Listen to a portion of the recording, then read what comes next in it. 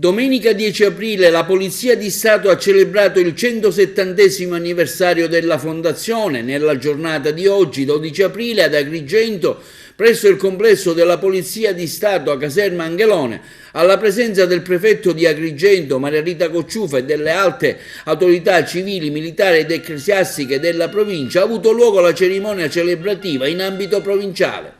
La nostra si è rilevata un'amministrazione longeva che ha accompagnato nel tempo i cambiamenti della società, trasformandosi essa stessa per soddisfare nuove esigenze nella continuità del motto Sub Lege Libertas, una polizia di Stato radicata nel presente e proiettata verso il futuro, che torna a condividere con i cittadini i suoi più autentici valori e risultati conseguiti grazie all'operato delle sue donne e dei suoi uomini. Questo quanto affermato dal questore di Agrigento durante il suo discorso, Maria Rosa Eraci.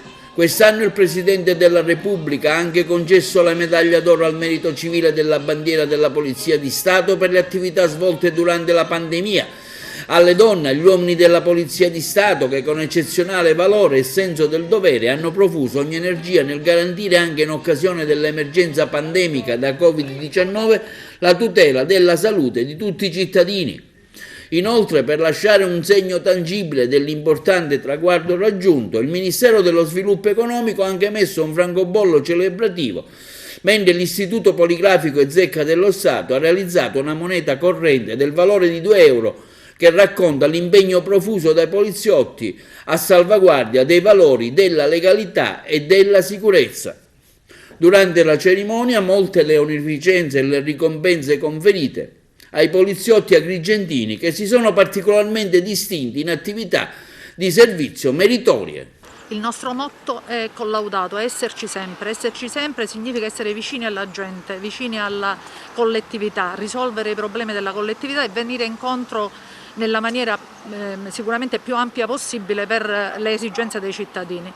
La Polizia oggi celebra il 170° anniversario dalla fondazione, chiaramente in 170 anni l'evoluzione storica, le evoluzioni sociali sono state tantissime, per rendere una polizia sempre più professionale e al passo con i tempi. Verranno date anche dei riconoscimenti a gente che si sono particolarmente distinti nel loro dovere? Sì, i risultati sono lodevoli in tutte le attività di servizio, verranno premiati i poliziotti che hanno chiaramente fatto un tipo di attività eccezionale, dando un contributo eccezionale alla riuscita di un evento per cui erano intervenuti.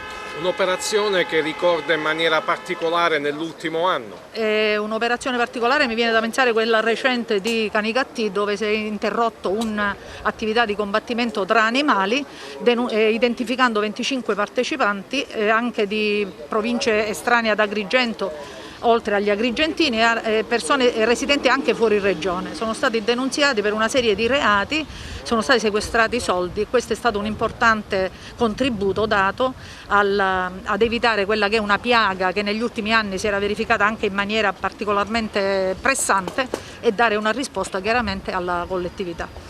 2 elementi, migrazione e pandemia. Un lavoro straordinario svolto dalle forze dell'ordine, in particolare dalla Polizia di Stato, che comunque riesce sempre ad essere al passo con i tempi. Sì, io vi ringrazio per questi auguri, per questa chiacchierata informale e ringrazio l'amministrazione e tutti voi per la quotidianità che ci fornite ogni giorno. Lei su Canicattì sta facendo un lavoro brillante di polizia. Facciamo il possibile, siamo sempre a fianco dei cittadini.